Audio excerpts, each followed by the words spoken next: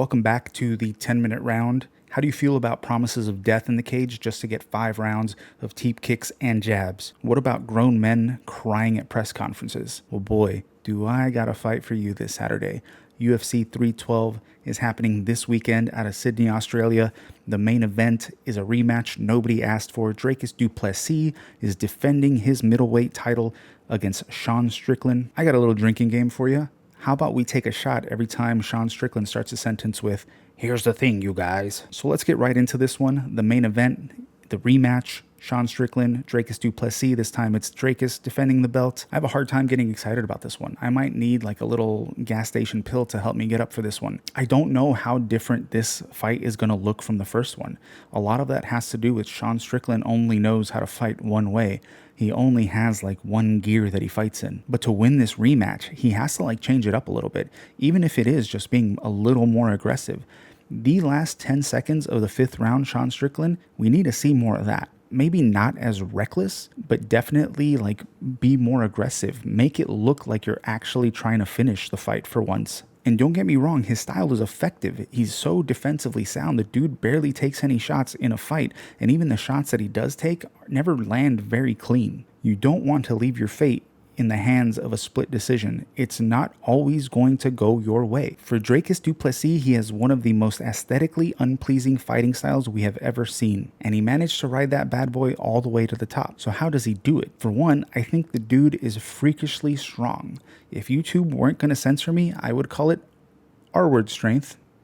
You know what I mean. I think he might draw his strength from kissing his coach on the mouth. He's also very durable and he has unlimited heart. Even when he looks absolutely exhausted, he still doesn't give up on himself. He still looks for a way to finish the fight. Lastly, I think the awkwardness of his style just throws fighters off. You don't really get training partners in the gym that fight quite the way that Dricus Du Plessis does. So you don't get to experience it until you're actually in the cage with him. And by then, it's too late because you're like, oh fuck, this is working. He does have some sneaky ass kicks though. I wouldn't be surprised if one day soon we see him drop somebody with one of those kicks. So who wins this one? I'm honestly leaning towards Dricus. I just feel like his game has a little more room to grow. It's been able to grow a little more over the past year than Sean. Like I said, Sean he gets stuck in that one gear all the time and he doesn't switch it up a lot. Meanwhile, DDP has the ability to finish. Will he finish Sean? I can't confidently say yes, but at least he presents the danger of finishing. At least he's finished some top guys. And he really just has the ability to draw something more out in the later rounds. So I'm going to go with DDP in this one, most likely by decision. The co-main event is the women's strawweight title fight between Zhang Weili and Tatiana Suarez. Look, Tatiana Suarez is a girl who's pretty much been wrestling her entire life.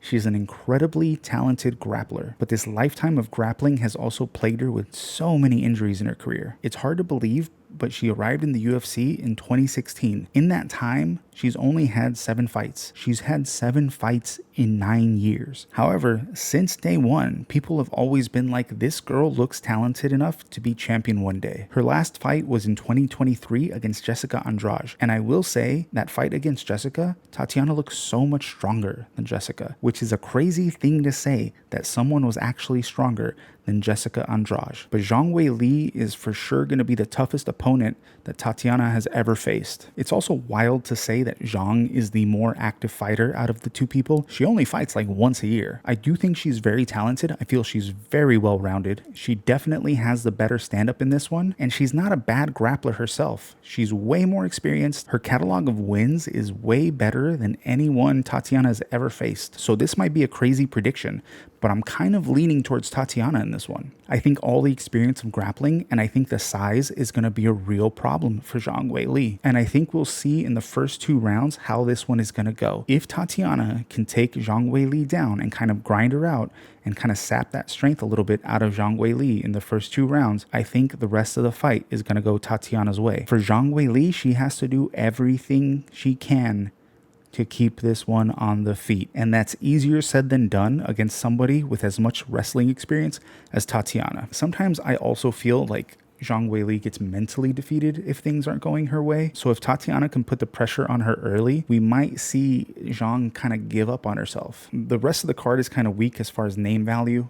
As I always say, that doesn't mean that it's going to be a bad card. It could still lead to some exciting fights. We have all your favorite Australian names in this one. Justin Tafa, Jimmy Crute, Jake Matthews. I think the biggest highlight in this one is Ilya Topuria's brother is making his debut, Alexandre. Supposedly he's better than Ilya. He's coming in as like an almost minus 500 favorite. I don't love that line for a guy making his debut. His opponent, Colby Thickness, will be cornered by Alexander Volkanovski, so that might be, it might make for an interesting storyline. Drama. So we will see how this card goes. I'll be back next week to talk about it. I'll see you on the other side. Peace.